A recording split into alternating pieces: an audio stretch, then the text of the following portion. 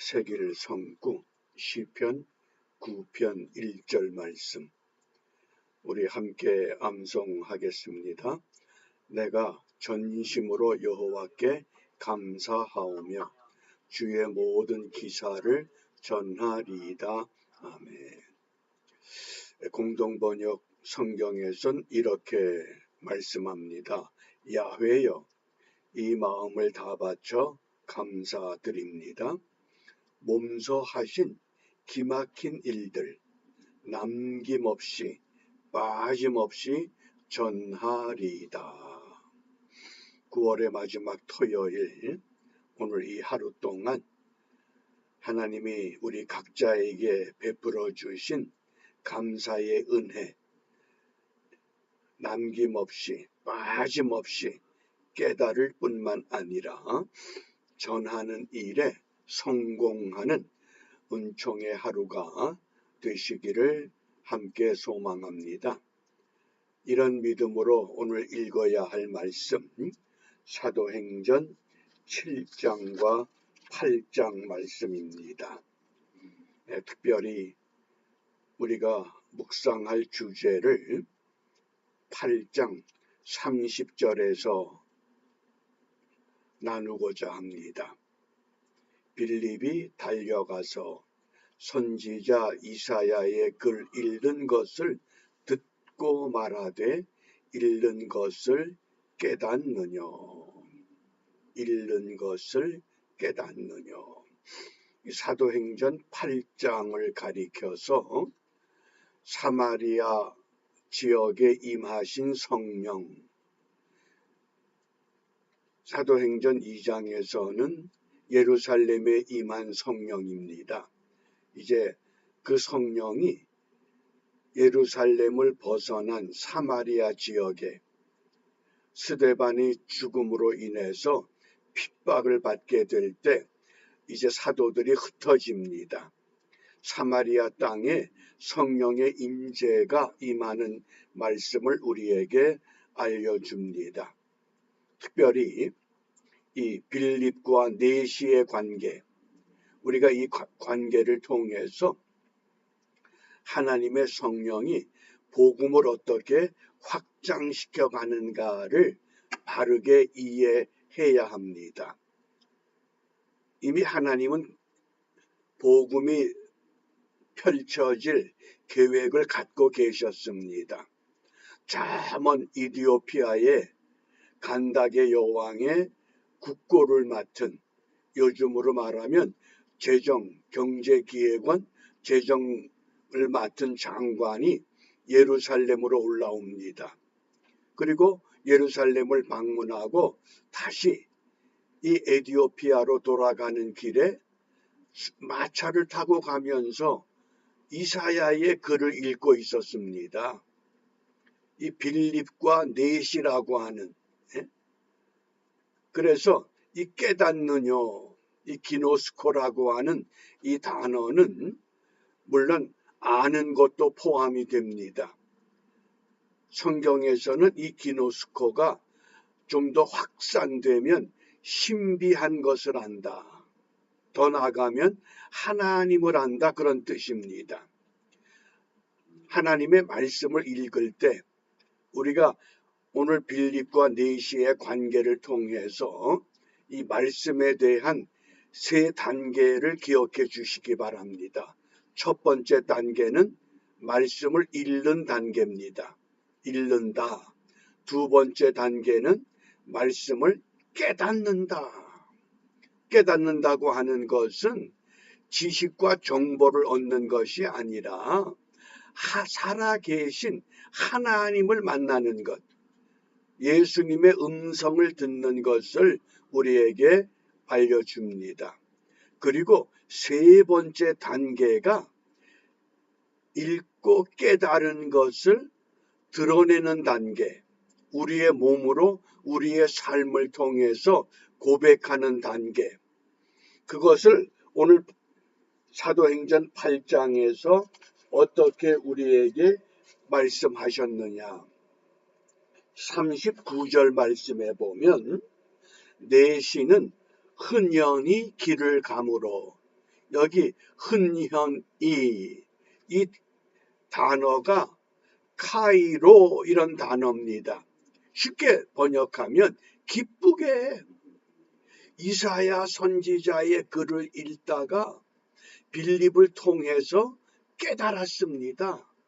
그리고 웅덩이 물 있는 곳에 가서 세례까지 받습니다.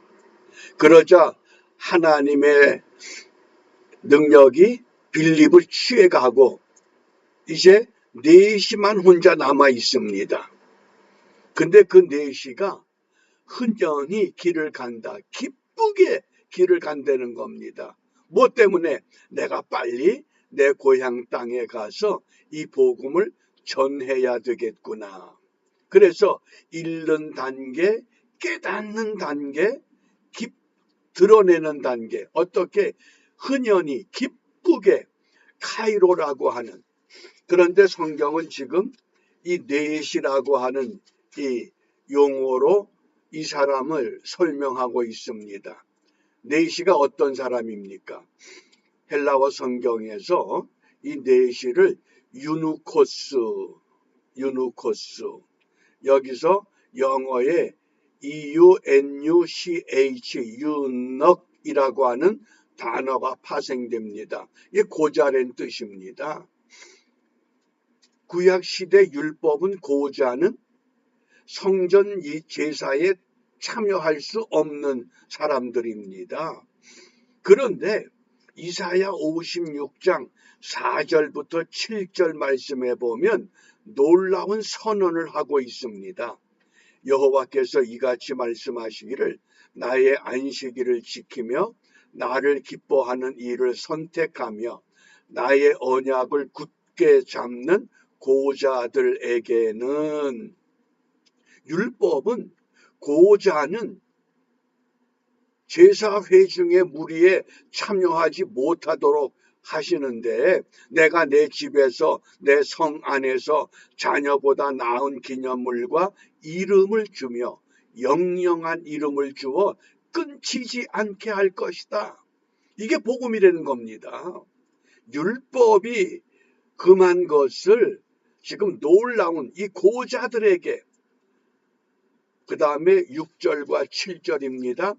또 나 여호와에게 연합하여 섬기며 나 여호와의 이름을 사랑하며 나의 종이 되며 안식일을 지켜 더럽히지 아니하며 나의 언약을 굳게 지키는 이방인마다 불구자 고자뿐만 아니라 이방인들까지 어떻게 내가 그를 나의 성산으로 인도하여 기도하는 내 집에서 그들을 기쁘게 할 것이며 그들의 번제와 희생은 나의 단에서 기꺼이 받게 되리니 이는 내 집은 만민의 기도하는 집이라 일컬음이 될 것임이라. 어떻습니까? 이게 복음입니다. 율법에서 제한된 고자와 이방인들까지 포용할 수 있고 그들에게 복음을 들려줌으로 말씀을 읽고 깨닫게 함으로 기쁘게 돌아가서 그 복음의 증인되게 하시는 놀라운 역사. 그것이 읽고 깨닫느냐라고 하는 주제입니다. 우리가 이 빌립과 넷이의 관계에서 오늘 우리 자신들에게 바르게 적용해서 우리도 넷이와 같은 하나님의 거룩한 성회에 참여할 수 없는 죄인들이었지만 하나님이 우리를 극진히 사랑하셨습니다. 어떻게 사랑하셨다고 했습니까? 그것이 오늘 넷이가 읽던 성경 말씀 이사야 53장 7절과 8절의 말씀이었습니다. 읽는 성경 구절은 이것이니 일렀으되 그가 도살자에게로 가는 양과 같이 끌려갔고 털 깎는 자 앞에 있는 어린 양이 조용함과 같이 그의 입을 열지 아니하였도다. 그가 굴욕을 당했을 때 공정한 재판도 받지 못하였으니 누가 그의 세대를 말하리요? 그의 생명이 땅에서 빼앗김이로다 하였거늘. 우리가 다른 건 다 잊어버려도 두 가지, 예수님의 십자가를 통한 공의와 하나님의 자비의 은혜, 이것만은 붙잡고 살아야 됩니다. 예루살렘까지 찾아왔던 내시였지만은 읽는 말씀이 무엇인지를 깨닫지 못할 때 하나님의 성령이 빌립을 그에게 보내시고 빌립을 통해서 우리는 쉽게 알 수 있는 이 이사야 53장 고난받는 메시아, 순환의 메시아, 그 말씀을 깨우쳐 알게 할 때 물을 보자마자 세례를 받고 흔연히 기쁘게 자기 고향 땅으로 돌아가서 복음을 전할 수밖에 없었던 것, 무엇 때문에? 그 십자가와 하나님의 공의와 자비 때문이라고 하는 겁니다. 우리는 십자가를 너무나 화려하게 생각합니다. 십자가 목걸이, 십자가 귀걸이, 십자가 장식품 보면 전부 다 아름답습니다. 그런데 십자가는 아름다운 것이 아니라 거기에 우리 주님의 그 기가 막힌 견딜 수 없는 고통과 아픔과 수치가 있다고 하는 것을 잊지 말아야 됩니다. 그것 때문에 하나님의 공의와 하나님의 자비가 우리에게 임한 줄 압니다. 그러니까 이 넷이라고 하는 이 사람이 이 복음을 깨닫게 되었을 때 얼마나 감격했겠는가. 야, 나 같은 사람을 위해서 십자가를 통해서 이런 사랑과 은혜를 베풀어 주셨구나. 그러니 흔연히 길을 간다. 기쁘게 갈 수밖에 없습니다. 즐겁게 갈 수밖에 없습니다. 왜? 생명의 구원을 확신했기 때문에. 그러므로 이 아침에 우리가 무엇을 기도해야 되겠느냐? 고린도전서 2장 2절입니다.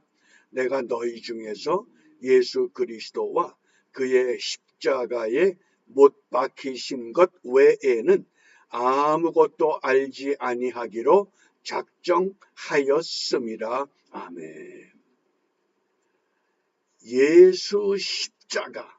예수와 십자가 이것만 알면 된다. 이 고백, 그 영국의 유명한 마틴 로이드 존스라고 하는 설교자가 있었습니다. 아마 최고의 설교자라고 우리가 모두가 칭송합니다. 천재와 같은 인물입니다. 16살 때 영국의 그 유명한 최고의 의과대학에 들어가서 21살 때 박사학위를 받고, 근데 그가 웨스트민스터 채플의 설교자가 됐습니다. 신학을 공부한 사람도 아닙니다. 그런데 그를 통해서 하나님이 놀라운 메시지를 영국 사회에 던졌습니다. 그리고 그가 마지막 인종하기 직전에 이런 부탁을 합니다. 내 묘비에 아무것도 쓰지 마라. 고린도전서 2장 2절만 새겨놓으라고 부탁한 겁니다. 무엇 때문에? 예수 그리스도와 십자가만 알면 된다. 이게 오늘 우리 기도입니다. 우리 신앙의 목표가 됩니다. 예수 십자가만 알게 하옵소서. 예수 내 구주, 이것 하나만 붙잡고 우리의 믿음 생활에 유종의 미를 거두어내는 11월을 마감하는 이 하루, 다시 한번 우리가 우리 믿음을 점검하며 하나님 앞에 부끄럼 없는 믿음의 사람으로 든든하게 세워지는 은총의 삶을 이루어내는 하루가 되시기를 바랍니다. 기도하겠습니다. 은혜가 풍성하신 하나님, 잃는 것을 깨닫느냐? 빌립의 질문을 통해서 이디오피아 내시를 통해 하나님의 말씀의 놀라운 능력을 우리가 함께 나누었습니다. 그 말씀을 우리 또한 받아싸운즉 이 말씀대로 오늘도 삶의 도처에서 하나님의 거룩한 백성의 삶의 흔적을 새겨가는 일에 성공하도록 보혜사 성령께서 우리를 붙들어 인도하여 주시옵소서. 예수님 이름으로 기도합니다. 아멘.